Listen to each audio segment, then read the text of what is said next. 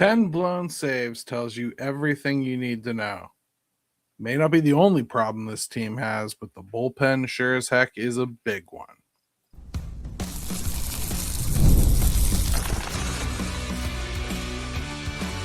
You are Locked On Pirates, your daily Pittsburgh Pirates podcast, part of the Locked On Podcast Network, your team every day. What's up, everybody? Welcome back to Locked On Pirates, your daily Pittsburgh Pirates podcast. I'm your host, Gary Morgan, former Sports Illustrated contributor and covering the Pirates for nearly a decade. I'm a lifelong fan of the game. Today's episode is brought to you by FanDuel. Right now, new customers can bet just $5 and get $150 in bonus bets if your first bet wins. Head to FanDuel.com to get started.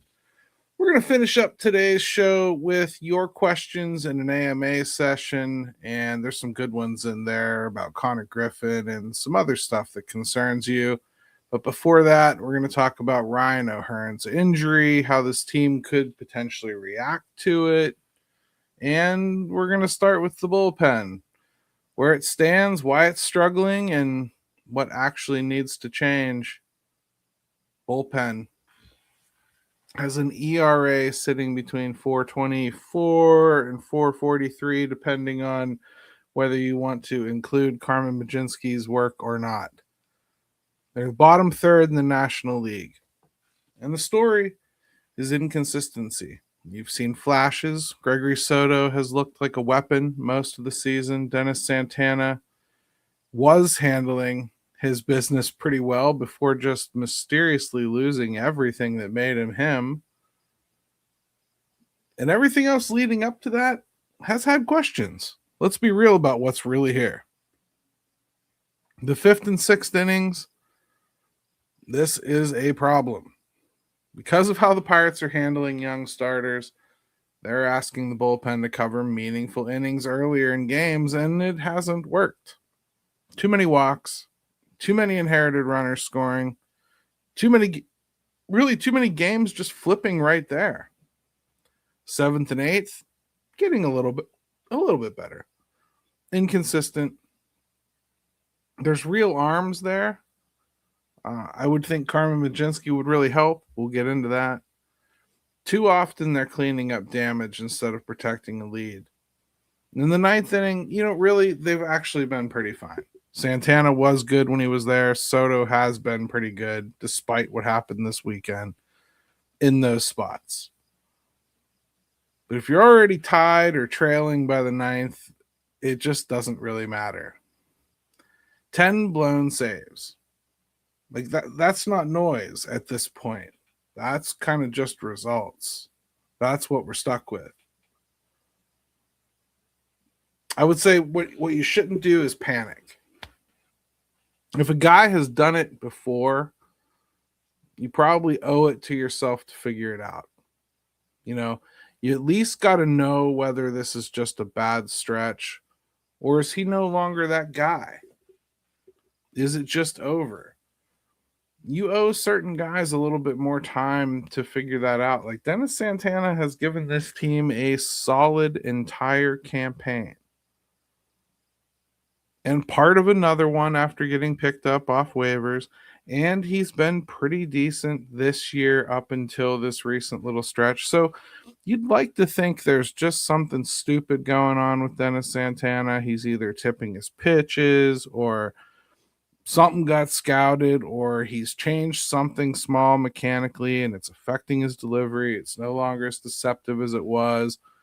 You'd like to think that he's worth figuring out. And yeah, he makes a little money, but that's not why, as much as what he actually can do for your club when he's right. Probably never should have profiled as a closer. That's not the point. The point is he was an effective reliever. This team really needs to have an effective reliever. They really, really do. And he could fit. So you don't want to just throw the baby out with the bathwater. Got somebody like Isaac Matson gave you a great season last year. And he's really struggling this year. That said, you picked him up out of independent ball as a free agent. You got a season out of him. a big part of you probably has to kind of already be like, you know what? We won this lottery already. Why don't I go cash my ticket in? I'm not saying that you give up on guys just because of things like that, but if somebody has done something for you consistently and you've gotten to the point where you trust them, well, that's valuable. And it's not done all the time. So when it is, they get extra time. Now, what really should we do? I mean, because it's really easy to just start going through the bullpen and hacking and taking a razor knife to it. Get rid of Justin Lawrence. Get rid of so-and-so, blah, blah, blah. I'm probably going to be on board with most of what you bring up, guys. It's just not realistic. So I think what I want to do is kind of just look through this rotation, because I think we can actually use some of the rotation changes I think they need to make to help improve this bullpen. Here's what we know. We got Skenes, Keller, and Ashcraft. They're locked in. They're starters. They're doing well. We don't need to mess with them.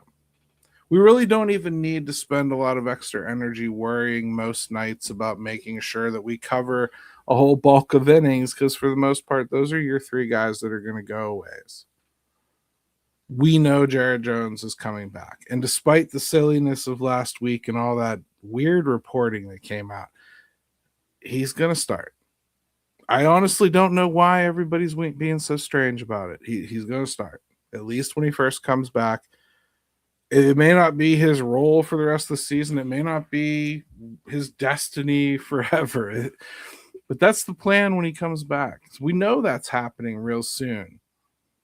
We know Mlodzinski is a serviceable starter. We also know he's needed elsewhere. I think he can help improve this bullpen immediately. And I guess you could say that's enough of a swap. Go ahead and make that one. Put Jared Jones back in the rotation. Move Mlodzinski. I could get behind that, I think. But Bubba Chandler is struggling too. So to me, I think the move is Mlodzinski goes back to the bullpen. Not necessarily because he failed, but because he's more valuable there right now. And Bubba, listen, this isn't a punishment, but this to me is a preservation. You take what you've learned from his time up here. You know you're going to need him later this year. He's one of the most stretched out pitchers they have. To me, I go and I try to get the reset button on him right now. I send him to the minors. I bring back Jones to take Mlodzinski's spot. And then I bring up Wilbur Dotel as a starter to take Bubba Chandler's spot. Mlodzinski goes to the bullpen. Bubba goes for a reset in AAA. If you really, really want to, you could consider using Bubba in the bullpen. But the way that he is struggling with throwing strikes right now, I don't think that would be particularly kind to him. If you just perform my little operation right there, I think you stabilize the pen, you give Jones a runway, and you let Dotel continue to develop as a starter, which you continue to stress is important, and you help Bubba long term, hopefully. You can still rotate through Barco and Harrington and Urquidy and Davinsky if you can ever figure out what's going on with his Phantom IL situation. You know, Antoine Kelly. But you need structure first. And to me, I think what I would try to do is strengthen my starting rotation a little bit, or at least throw a little bit of a changeup at it. Let Carmen go and try to replace the spine of the bullpen. See if you can't solidify some things and settle things down a bit. Give that bullpen a little bit of a breather, just something to hang its hat on. You got a guy like Dotel, you can put him in the rotation for a while. Let's say he does even really well. Well, he's going to run out of innings long before this season's over as well. Transition him back to the bullpen at some point whenever you think Bubba's ready. Keep your options open. But I don't think we're doing Bubba any favors by having him up here just continually getting beat up. You know, too many games are being lost before the Pirates ever get to their strengths. We got to take a break because Ryan O'Hearn injury creates a completely different problem we've got to address, whether we all want to talk about it or not. It's the first real injury adversity the Pirates have had this season. And we have no room to complain because the teams in front of us in the standings have suffered far more losses. The NBA playoffs are here and every possession matters. If you're looking to get even closer to the action, FanDuel has a great offer to get you started.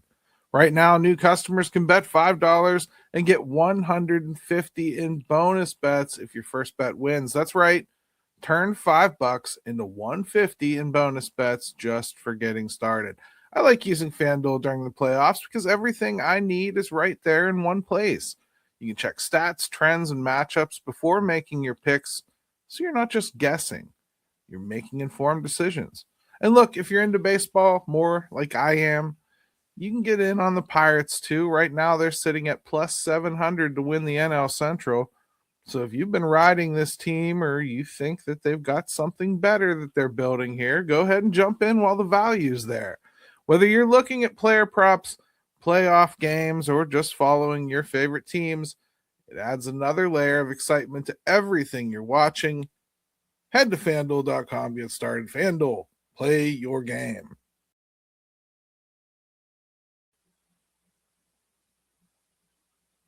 If you've got a sweet tooth like I do, you know it's not always easy to find something that hits that craving without going overboard on sugar, especially when you're trying to stay sharp. Like out on the golf course trying to finish strong. That's where cotton candy 5-hour energy shots come in. It's got that classic cotton candy flavor. You know, that nostalgic, fruity vanilla vibe, but with zero sugar and a boost of tasty caffeine. So you get something that actually feels like a treat, but still keeps you going. I've always loved cotton candy, but I'm not trying to snack on that while I'm golfing. It's really easy alternative, and honestly, the flavor is smoother than you'd expect. Plus, it's just convenient. It's a small shot you can toss in your bag, whether that's your work bag or your golf bag, and grab it whenever you need to get that pick-me-up. It's definitely become one of those go-to options when I want something sweet without slowing down. Bring on the sweetness with cotton candy 5-hour energy shots, available now on 5hourenergy.com or Amazon.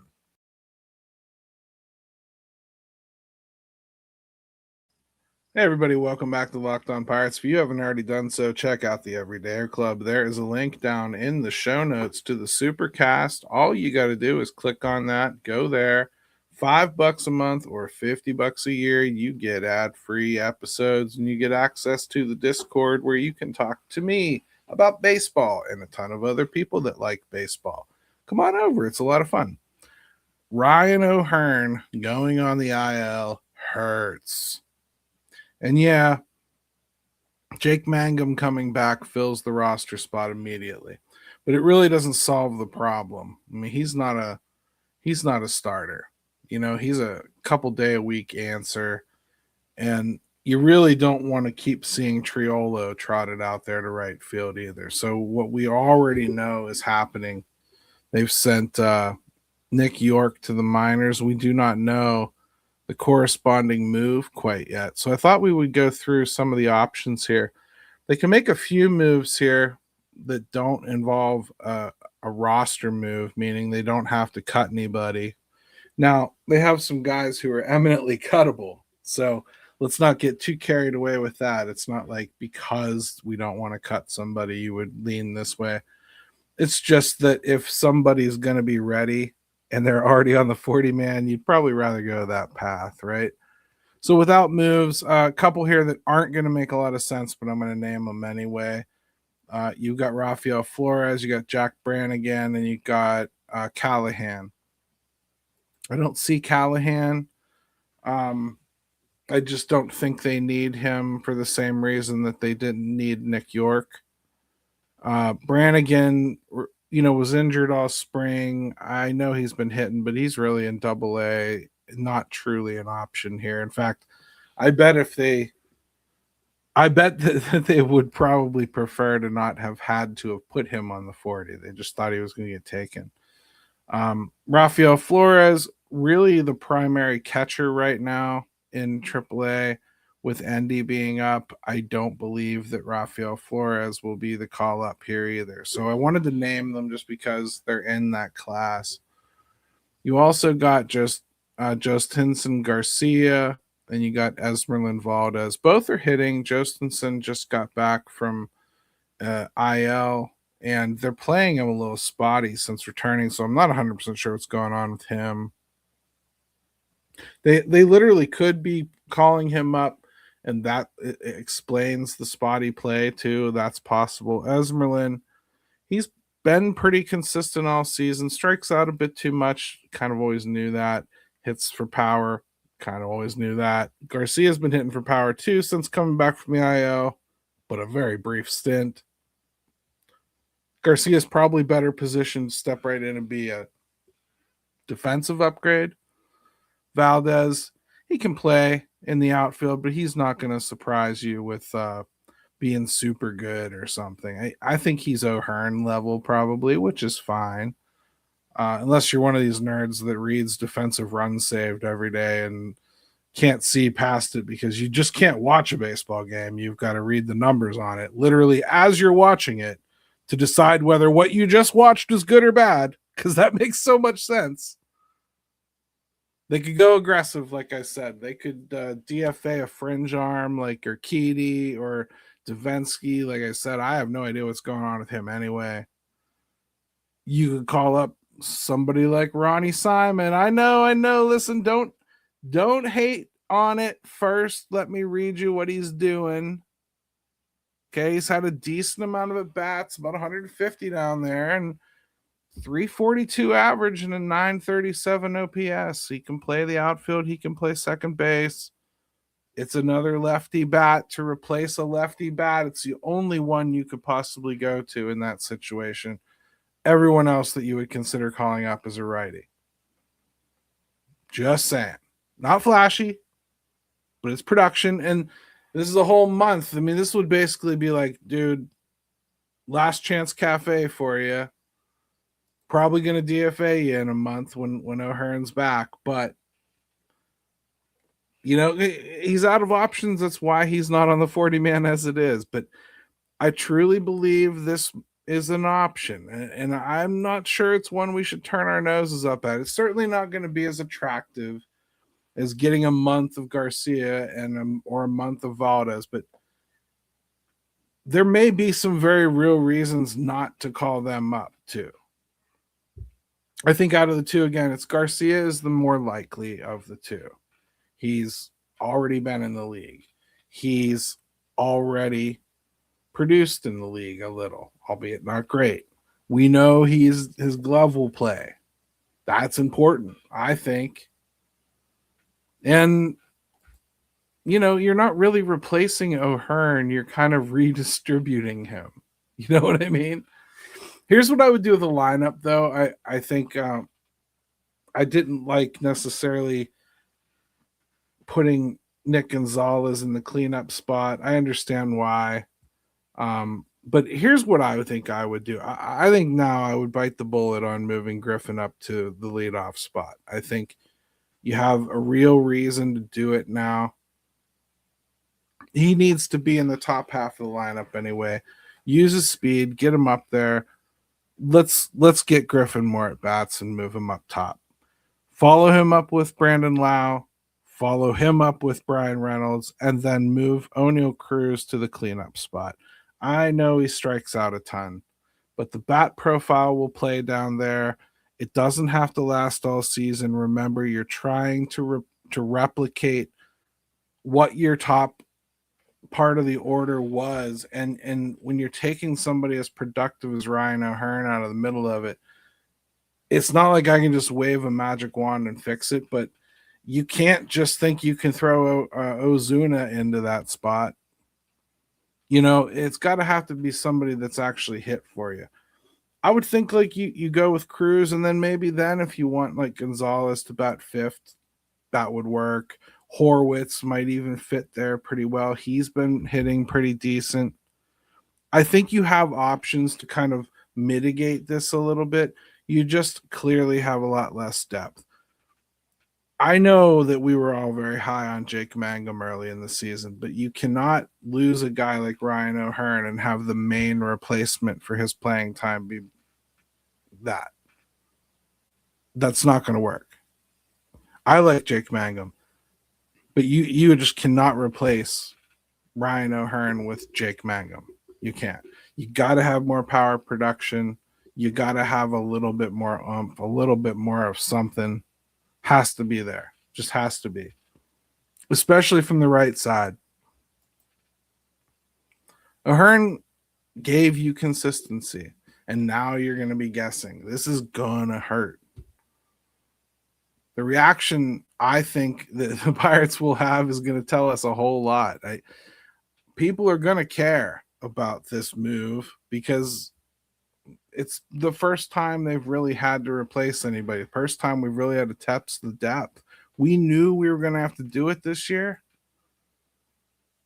It's just you kind of hope that it's not one of the bigger centerpiece pieces, and it was. Brandon Lau could kind of pull the same trick just about at any time. That's kind of the risk, man. You spend some money on players, you're going to have the benefit here is the Pirates didn't just buy one player, they bought a bunch. And now's when a good team will have a guy like Ozuna, who has been kind of dormant, step up. You don't fill the void for what you've just lost. Or somebody like O'Neal Cruz go on a heater. Brian Reynolds really take off. Brandon Lau get hotter than the sun like you were at the beginning of the season. Konnor Griffin show up even more. That's all possible. But this move's important. And I think with the 3 to 4 week timeline for Ryan O'Hearn, which is what it sounds like it's going to be, I mean, you could see that being a little longer, a little shorter. To me, this is just a great opportunity to turn, lemons into lemonade. Give yourself an opportunity to get eyes on one of these kids. If you really think about it, throughout the course of this year, you better have answers on them because you're going to be making some decisions based on your belief as to how they can be moving forward. Can they fill holes for you themselves, or are you going to still guess at it? Here's a chance to not guess anymore. Let's take a quick break and come back and wrap up the show with some great AMAs today. I love them. ED is way more common than most guys think. Millions of men deal with it at some point, and that's exactly why HIMS offers a straightforward way to handle it.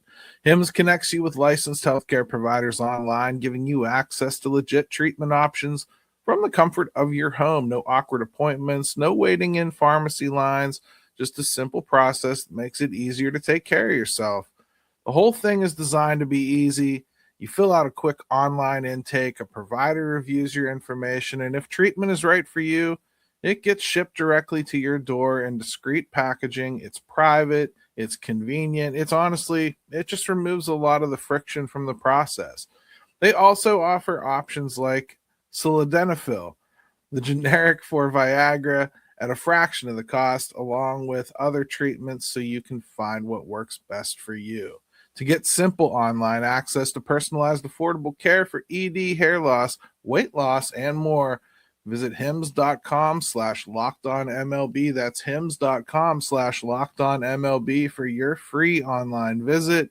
hims.com/lockedonmlb. Prescription required. See website for details and important safety information. Sildenafil is generic version of Viagra. Viagra is a registered trademark of Viatris Specialty LLC. HIMS is not affiliated with or endorsed by Viatris.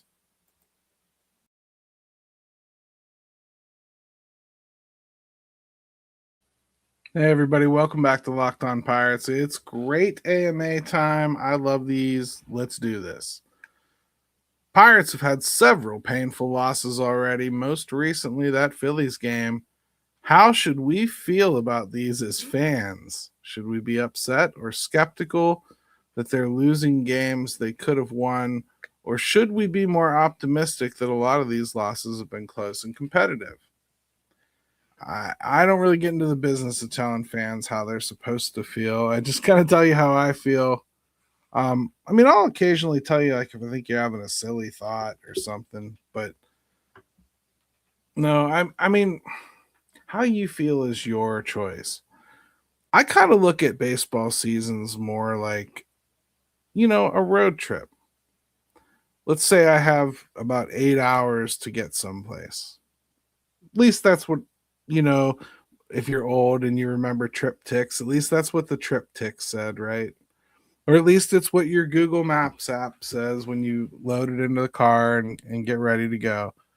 It tells you it's going to be 8 hours, right? Well, you know how, like, when you're driving and all of a sudden, like, now you have the GPS and you turn around a corner and you just see that red strip on the road that makes no sense and you don't know what caused it or anything. But all of a sudden your ETA went from 8 hours to 9.5. Do you immediately call whoever you're trying to meet? Like right then? Do you freak out right that second when you see that red streak of road? Or do you wait to see how bad it really is? Really understand how bad that situation is going to be before you, like, are calling and making plans and telling people you're going to check in late, or telling someone you're supposed to meet somewhere that you're probably not going to make it on time. I'm more of the mind of, I know it's going to take me roughly 8 hours to get there. I'm kind of not going to sweat all the little stuff that happens on the way there that changes that time. And I'm probably not going to slap myself on the back because I ate a little faster than I planned to at Breezewood. That's my methodology. I don't go through a season adjusting to the bumps and deciding week to week whether I think this is a good team or not. I think it is. I think the talent level is there. I see a good team. I don't see always a team playing like a good team, but I see the bones of a good team. I see a team that I predicted preseason to be above 500. They're playing about 500 ball. I mean, to me, I'm right on schedule. Guys, I think I'm in the wild card battle. I think they're going to be all year. That's what I'm expecting. That's what I'm seeing. That's what they're producing. Now, does that prevent me from talking about things I think they need to do better, or things they screwed up, or reasons why? No, we're going to talk about all that stuff. And of course, things will adjust my thinking as the season goes on, but I don't series to series go. Like when we lost 4 in a row to the Cardinals, I didn't go, all the season's over. And I was instantly rewarded by sweeping the Reds, and I didn't go, oh, World Series. I'm not going, all season's over right now either, because I lost to a team that I think we're going to be fighting with for the wild card. But you however you want, man. That's your call, brother. Was Konnor Griffin overhyped? He's doing well, but just well, not great. And on defense, 4 errors already. I'm not seeing it. Again, prospects are rated on what they think they can turn into, not how ready they are to be that tomorrow. Konnor Griffin is being talked about based on his ceiling, not what they believe he can produce in 2026. Is he ready for this level? Yes, absolutely. He's ready for this level, and he's showing you that. But he's got improvements to make. He's still a relatively young shortstop. He's got some technique issues to work on, and he will. And this should be to your eminent pleasure. He already has. Next thing he's got to work on is transferring from the glove to the hand. That's got to speed up a little bit. He's got some stickiness issues, I think, on getting some double plays turned and things like that. Defensively, yeah, he's got some work to do. Offensively, he's got to get to the point where he feels a little more comfortable cutting loose his swing every once in a while. But I love really most of the adjustments he's made. I'm pretty happy with it. So I don't think he's overhyped. But if you expected him to be Ty Cobb, like from the moment he set foot on Major League field, then yeah, he was overhyped as hell. How about this one? Seriously, who is the last hitter the Pirates actually developed? Nick Gonzales, hitting over 300, starting most days. That's a pretty good one. I'll go with Nick Gonzales, since I bet you won't give me Konnor Griffin, which I probably wouldn't give them either. But Nick Gonzales is an easy answer. If you'd asked me this, hell, in spring training, I wouldn't have been able to answer it. Why would the Pirates trade David Bednar for a catcher who isn't MLB ready?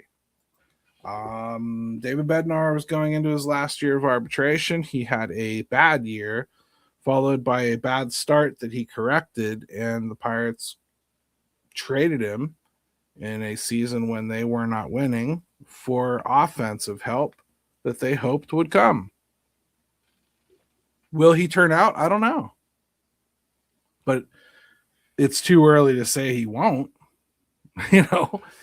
I don't think that it was a super great return for David Bednar, but I also think that you're lying if you don't remember him being slightly damaged goods that was a little expensive too. There weren't all that many teams that would have traded for him, frankly, not for how much he was owed and how much he was going to be owed for his next year. But if you guys want to relitigate that, you can probably prove that that's a bad trade right now. And I don't know, will it be if the Yankees don't re-sign him and he goes? I don't know how you judge those things. I won't see it that way, but whatever. They need to add a reliever right now. Who's actually available? This is so hard this time of year, guys. One that I kind of am interested in just from seeing him with the Rockies the other day, Michael Lorenzen. Well, a lot of you that have watched this show for a long time, I've liked him in the past. I wanted them to sign him in the past, but he can start and he can relieve, and I think that might be a really nice swingman option that is very accustomed to being a swingman. I think he would fill a nice role here. I really do. Probably provide some stability. But there's just not a lot out there. I've heard some people talk about Aroldis Chapman being available, but I don't know. I'll believe that when I see it. If he really is, sure. I mean, because the Red Sox haven't exactly done a good job fleecing us, have they? Right? Listen, this team is being tested. Bullpen depth, lineup, all of it. But this is what competitive baseball looks like. Tomorrow, I got a special episode for you. Mike Stanton is going to be on the show with me, and it's going to be a lot of fun. We're going to talk about pitching and just from his 19-year MLB experience, bank. I think it's just going to be a lot of fun. So look forward to that one. And then we'll get back into the business of covering these Buccos because we're serious about Pirates baseball. Somebody has to be. Let's go Bucks.